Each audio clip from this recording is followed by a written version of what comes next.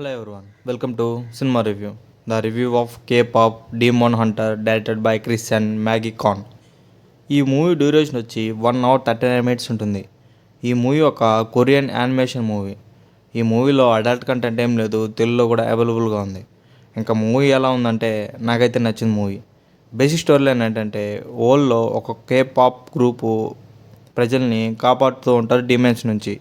One fine day సాంజా boys pop గర్ల్స్ని break down చేస్తారు. సాంజా బాయ్స్ అంటే డీమన్స్. తర్వాత పాప్ గర్ల్స్ ఏం చేశారు, డీమెన్స్ నుంచి వరల్డ్ని ఎలా కాపాడాడు అనేది స్టోరీ అంతా ఉంటుంది. ఈ మూవీలో ప్లస్ పాయింట్స్ అయితే స్టోరీ రొటీన్ స్టోరీ అయినా బట్ ఎడ్యుకేషన్ మాత్రం బ్రిలియంట్గా ఉంటుంది. ఈ మూవీలో మాన్యువల్గా డిఫరెంట్ ఫ్యాంటసీ వరల్డ్లో తీసుకెళ్తుంది ఈ మూవీ. యాక్షన్ కానీ అడ్వెంచర్ కానీ మంచిగా వర్కౌట్ అయ్యాయి ఈ మూవీలో. విజువల్స్ అండ్ మ్యూజిక్ అయితే ఈ మూవీకి బిగ్గెస్ట్ ప్లస్ పాయింట్స్ అని చెప్పొచ్చు. ఈ మూవీలో మైనస్ పాయింట్స్ అయితే కొన్ని దగ్గరలో కామెడీ ట్రై చేశారు, బట్ అవి ఏం వర్కౌట్ కాలేదు.